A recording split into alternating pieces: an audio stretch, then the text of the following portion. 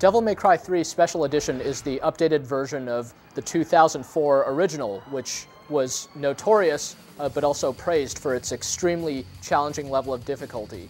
This new version is available at a budget price. It's essentially just the greatest hits version of the game, and just judging from the cover, you can barely even tell the difference between the new game and the original version, and yet actually there turn out to be quite a few substantial changes in terms of how the gameplay actually unfolds. Most notably, there's a new playable character in the game. You can play through the different missions as Virgil, Dante's wicked twin brother, and also the difficulty level has been pretty significantly readjusted, so not only is the game itself definitely easier than before, whether you play on normal or the easy difficulty, it's definitely just quite a bit easier to hack and fight your way through.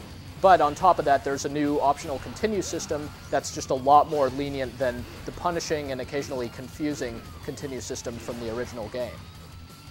So the big question is, does that make Devil May Cry 3 Special Edition better than the original game? And the answer is, well, not necessarily. If you already enjoyed Devil May Cry 3 and really relished how tough that game was, then you might be kind of put off by the fact that they backpedaled a little bit and made this game easier. On the other hand, this game is now absolutely easier to recommend to people who might normally be put off by a game that's supposedly stupefyingly hard, and the new content definitely is pretty cool, and it should appeal both to people who haven't played Devil May Cry 3 before, as well as to those who are pretty serious fans.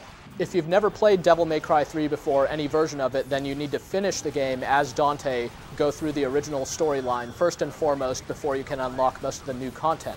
However, if you have any Devil May Cry 3 save data on your memory card, so even if you've just started playing the original Devil May Cry 3, then Virgil and the Bloody Palace and some of the other stuff is going to be unlocked right from the get-go.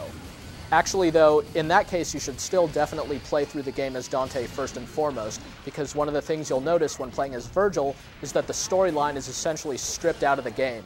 There's really no story continuity anymore, because Virgil just goes through the same locations and the same battles as Dante, so there's definitely a missed opportunity for the story to be told from a totally different perspective.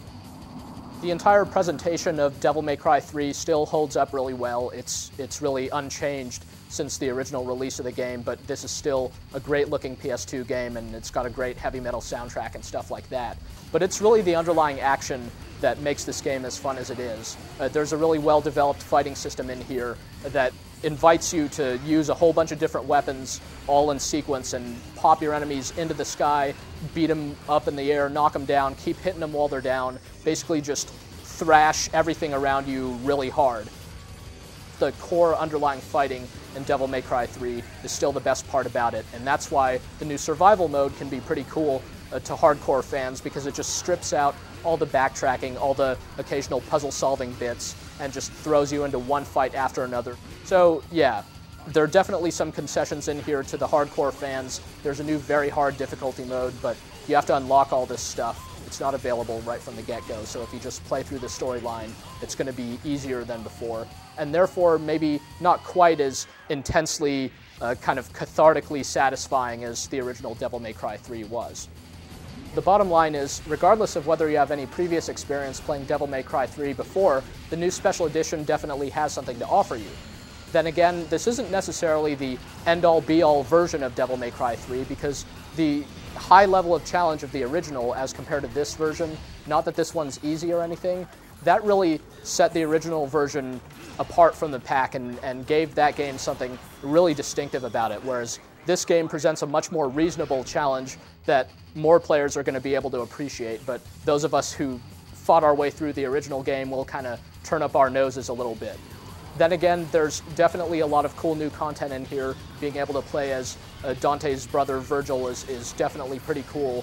Some of the new options do feel a little bit tacked on, but there's still enough just new stuff in here to make it justifiable even to those of us who've played the hell out of the original game.